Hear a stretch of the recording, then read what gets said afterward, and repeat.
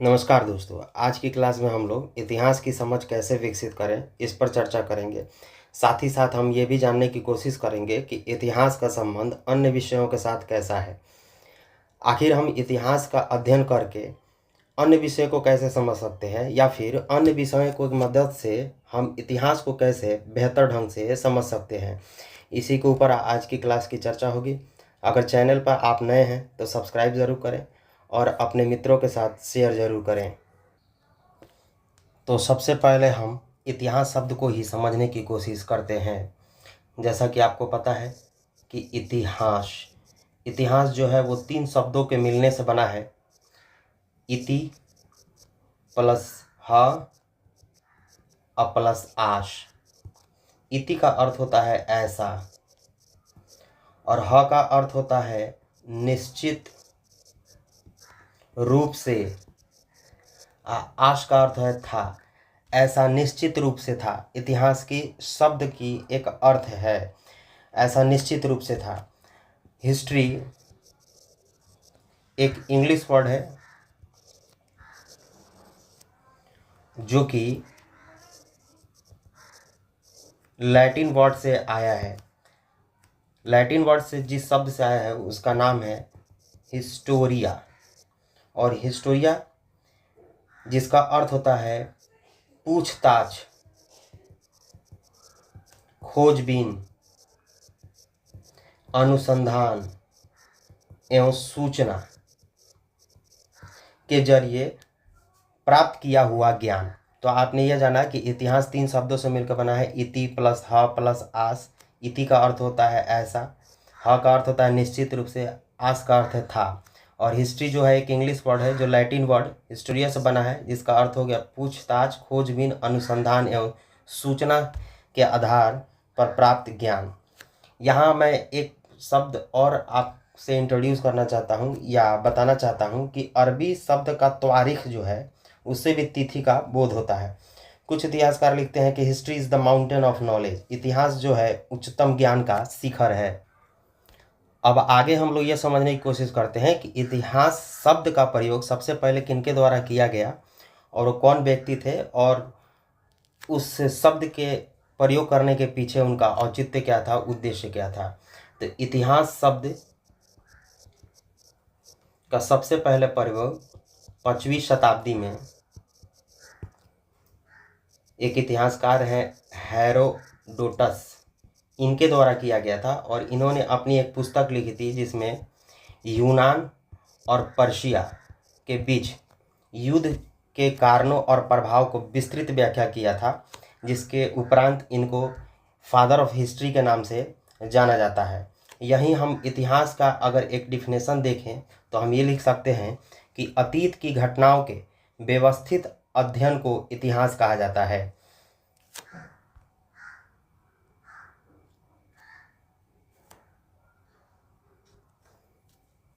इतिहास कोई boring subject नहीं है, बहुत ही इंटरेस्टिंग सब्जेक्ट है। इसमें बहुत ही रोचकता पैदा किया जा सकता है अगर आप इसकी सही तरह से समझ रखते हैं तो।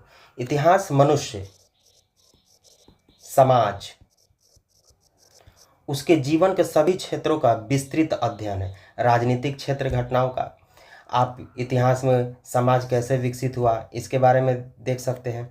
आर्थिक गतिविधियां कैसे विकसित हुई, राजनीतिक व्यवस्थाएं कैसे स्थापित हुई, इन सभी के बारे में भी अध्ययन आप कर सकते हैं। यहाँ तक कि आपकी सांस्कृतिक जो विकास हुआ है इसको भी आप इतिहास के पन्नों में देख सकते हैं। और इतिहास के अध्ययन के फलस्वरूप आप इन सभी विभिन्न पक्षों को समझ सकते हैं। आगे हम लोग देखते हैं कि इतिहास का क्षेत्र क्या है या स्कोप ऑफ हिस्ट्री।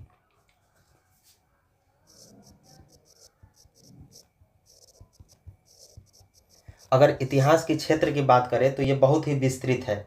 इसमें आप आर्थिक इतिहास, राजनीतिक इतिहास, सांस्कृतिक इतिहास, विश्व इतिहास, राष्ट्रीय इतिहास, प्रांतीय इतिहास, स्थानीय इतिहास, सामाजिक इतिहास आदि के बारे में। जैसे अगर इसको एक वेन डायग्राम से समझना चाहें हम लोग तो ये मान लो विश्व है, ये तुम्हारा भारत है, ये तुम्हारा बिहार है। और बिहार में भी किसी पार्टिकुलर जिले के बारे में जानना हो तो ये हो गया। तो ये विश्व के इतिहास, उसमें भारत का इतिहास, उसमें बिहार का इतिहास, और उसमें बिहार में उपस्थित कोई जिला है उसका इतिहास जानना चाहोगे तो इतिहास का जो क्षेत्र है बहुत ही बृहद स्तर पर है।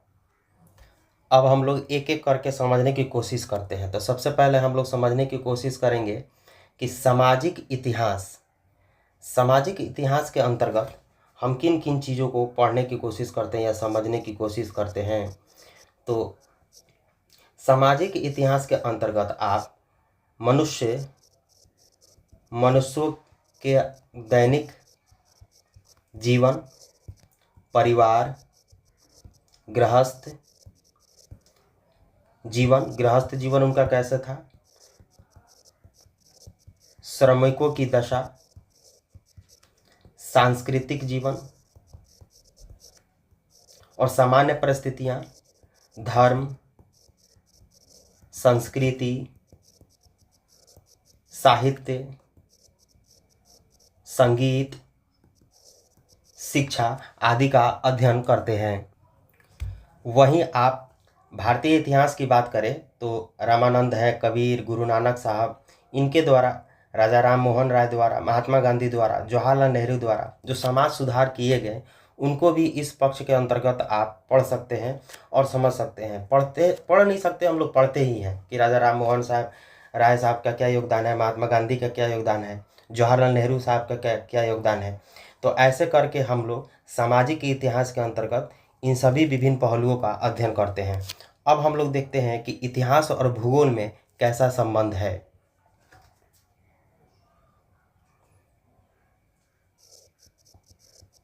इतिहास और भूगोल के बीच संबंध। बिना भौगोलिक स्थिति के बारे में जाने, यानी कि बिना किसी स्थल के भूगोल के बारे में जाने, बिना किसी स्थान के भूगोल के बारे में जाने आप इतिहास को पूर्ण रूप से समझ ही नहीं सकते हैं। जैसे फ्रांस की क्रांति, ब्रिटेन का इतिहास, या नेपोलियन की हार, रूस की भौगोलिक स्थिति महत्वपूर्ण योगदान, या यूनान, भारत, अमेरिका, मेसोपोटामिया के इतिहास आपको जानना है तो बिना भूगोल के आप जान ही नहीं पाएंगे। आप फिर उसको रटेंगे, समझेंगे नहीं। क्या इतिहास, किसी भी देश के इतिहास में वहाँ की पहाड़, नदियाँ, समुद्र की भूमिका है या नहीं है, इसके लिए तो आपको भूगोल की समझ होना ही चाहिए। इतिहास और भूगोल में गहरा संबंध है। इतिहास का विषय वस्तु मानवीय क्रियाकलाप पर है तो भूगोल पृथ्वी किसी भी समाज, राष्ट्र का भूगोल इतिहास को प्रभावित ही नहीं बल्कि नियंत्रित भी करता है। जैसे कि अगर हम लोग भारत का नक्शा देखें और समझने की कोशिश करें,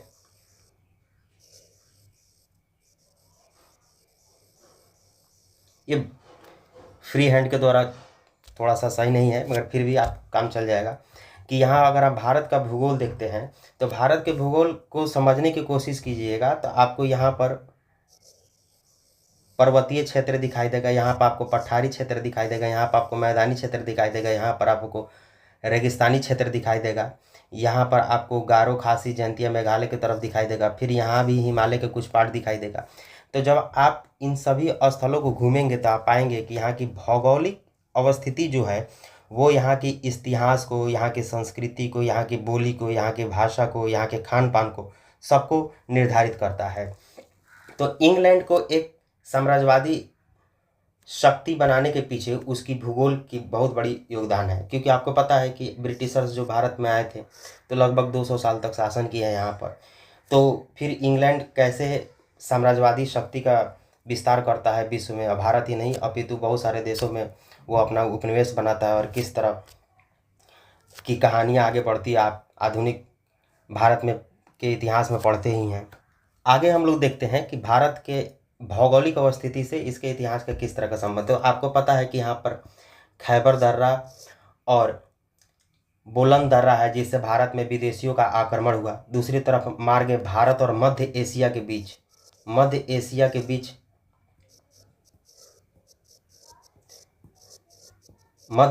बीच भी व्यापारिक संबंध स्थापित हुए जिसमें सोना चांदी का भंडार स्रोत बना रहा। अगर उत्तर भारत के मैदानी इलाके में बड़े बड़े साम्राज्य का जन्म हुआ तो इसमें भी भूगोल का, जैसे यहाँ पर आप लोग पढ़ें चंद्रगुप्त मौर्य का, गुप्त साम्राज्य का, तो आखिर यहाँ ही यहीं पर क्यों बड़े बड़े साम्राज्य स्थापित हुए थे? इसके पीछे भी भूगोल ही महत्वपूर्ण भूमिका निभाता है।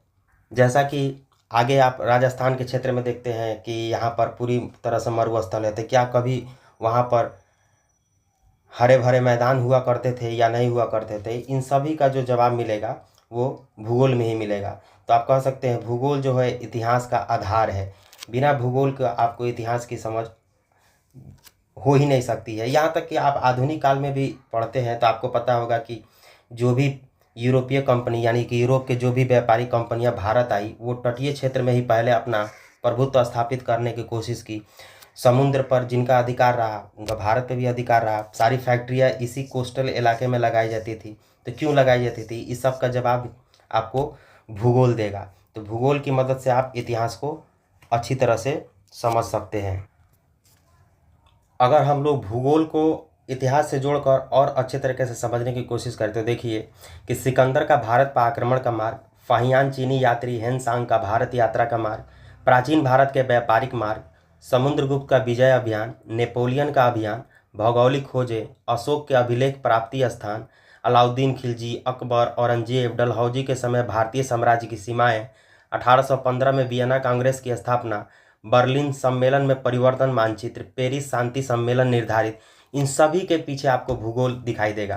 तो अच्छी तरह से इतिहास समझना है तो भूगोल की समझ आपको अच्छी तरह से आना ही चाहिए। इसके लिए आपको रेखाचित्र, मानचित्र, एटलस और ग्लोब की समझ होनी ही चाहिए। अब आगे हम लोग इतिहास का राजनीतिक शास्त्र से संबंध समझने की कोशिश करते हैं कि राजनीतिक शास्त्र का इतिहास के साथ कैसे संबंध है और है तो किस तरह से है, ताकि हम इतिहास का विभिन्न विषयों के साथ एक बेहतर तरीके से संबंध समझ लेंगे तो हमें इतिहास उबाऊ विषय नहीं लगेगा। इसमें हमारी रुचि पैदा होगी और हम एक अच्छे अभ्यर्थी के तौर पर इन सारे विभिन्न पहलुओं को समझ सकेंगे। इतिहास एक ऐसा भवन है जिसमें सभी विषयों का निवास है। अगर आप राजनीतिक शास्त्र के भी विचारों को या दर्शन को या उनके द्वारा जो सिद्धांत दिए गए हैं उनको पढ़ने की कोशिश करेंगे तो आपको पता चलेगा कि राज्य शब्द की संकल्पना कैसे आई, सरकार शब्द की संकल्पना कैसे आई, जो वर्तमान में हमारी जो संसद है, क्या प्राचीन भारत में ऐसी कोई व्यवस्था थी या नहीं थी, लोकतांत्रिक शासन प्रणाली की जो बात चल रही है, लोकतंत्र की जो बात चल रही है, क्या यह हमें इतिहास के पन्नों में दिखाई देता है कि नहीं देता है। तो राजनीतिक शास्त्र के भी बहुत सारे ऐसे विषय हैं जिनको आप इतिहास के पन्नों में पलट करके देख सकते हैं और वर्तमान परिप्रेक्ष्य में एक अच्छी समझ विकसित कर सकते हैं कि भारत में लोकतांत्रिक शासन प्रणाली, संसदीय शासन प्रणाली लाया गया तो क्यों लाया गया, इसके पीछे क्या है, राज्य किसे कहते हैं, सरकार किसे कहते हैं, सरकार के कितने प्रकार होते हैं। इसी बात को अगर हम लोग आगे और समझने की कोशिश करें तो समझें कि इतिहास का निर्माण राजनीतिक विचारों, घटनाओं, आंदोलन, क्रांतियों आदि से होता है। यदि इतिहास में राजनीतिक घटनाओं को निकाल दिया जाए तो वह शुष्क विषय हो जाएगा। राजनीतिक घटनाओं के अभाव में इतिहास खोखला हो जाएगा। जैसे कि यदि भारत के आधुनिक इतिहास में स्वाधीनता आंदोलन से संबंधित राजनीतिक घटनाओं को निकाल दिया जाए तो फिर शेष रहेगा ही क्या। इटली के इतिहास में से यदि गैरीबाल्डी, कैमूर की राजनीतिक कार्यों को निकाल दिया जाए तो क्या बचेगा। तो राजनीतिक घटनाओं के अभाव में इतिहास भावुकतापूर्ण कहानी बन जाएगा। इतिहास और राजनीतिक शास्त्र एक दूसरे के सहयोग देने वाले एक अर्थ में पूरक कहे जा सकते हैं।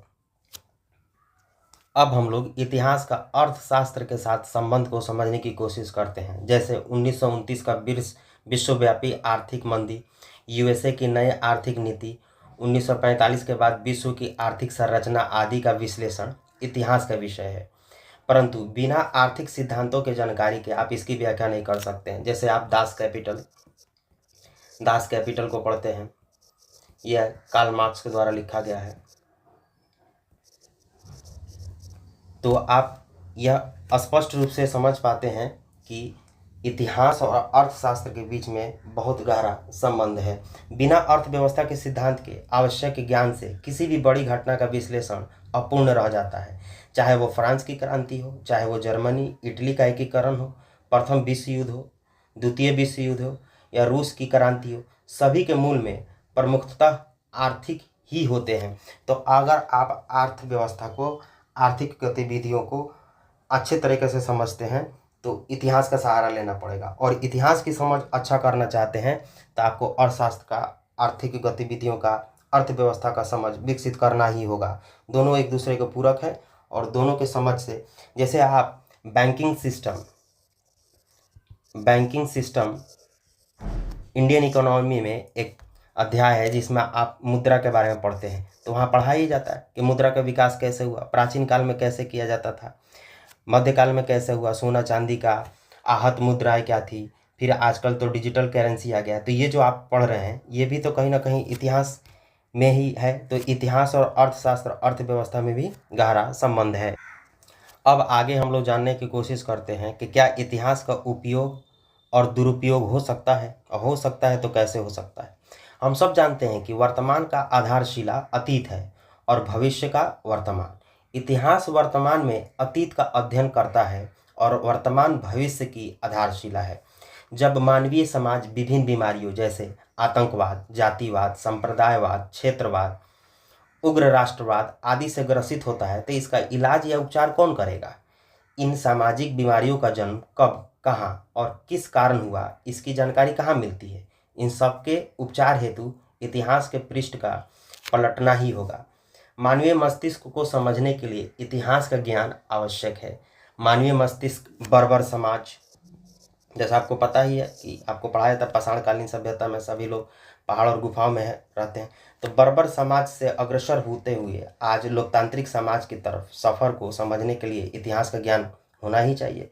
किन किन परिस्थितियों में किन किन विचारों और सिद्धांतों का जन्म हुआ, फिर काल के गाल में समा गया, अगर अस्तित्व में है तो किस रूप में है, इन सब का अगर जानकारी चाहिए तो इतिहास पढ़ना ही होगा।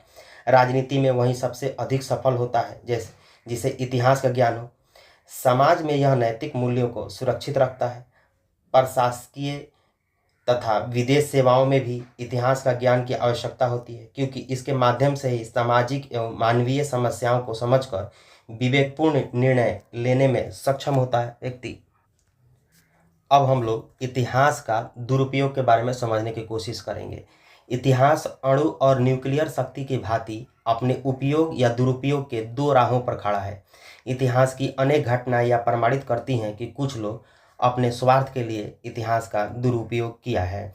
उदाहरण के तौर पर अगर हम समझने की कोशिश करें तो अरब इजराइल युद्ध, धर्म युद्ध, हिटलर का उदय, द्वितीय विश्व युद्ध, कश्मीर समस्या, आधुनिक आतंकवाद आदि ऐसी ही समस्याएं हैं जो इतिहास के द्वारा निर्देशित होती रहती हैं। इतिहास का दुरुपयोग प्रायः स्वार्थी और महत्वाकांक्षी व्यक्तियों ने किया है। किसी भी विषय का उपयोग और दुरुपयोग व्यक्ति के हाथ में निहित है। कोई भी विषय स्वयं में दुरुपयोगी नहीं होता है। तो यहाँ मैंने आपको इतिहास और इतिहास का अन्य विषयों के साथ संबंध और इतिहास का सदुपयोग और दुरुपयोग आदि के बारे में एक सामान्य जानकारी दी, ताकि आप इतिहास को एक उबाऊ विषय के रूप में ना देख करके एक रोचक विषय के रूप में देखें और विभिन्न पहलुओं को समझने की कोशिश करें। आपको इतिहास पर पढ़ करके इतिहासकार नहीं बनना है, लेकिन अगर आप इतिहास की अच्छी समझ रखते हैं तो अन्य विषयों को और अन्य विषयों के साथ आप इतिहास को जोड़कर देखते हैं तो आपके पास एक समग्र जानकारी होगा, जिसके आधार पर आप अपने परीक्षा में उत्तीर्ण हो सकते हैं और अपने स्वप्न को पूरा कर सकते हैं। लेक्चर को सुनने के लिए, देखने के लिए धन्यवाद। अगर वीडियो अच्छी लगी हो तो लाइक, शेयर और सब्सक्राइब ज़रूर करें। Thank you.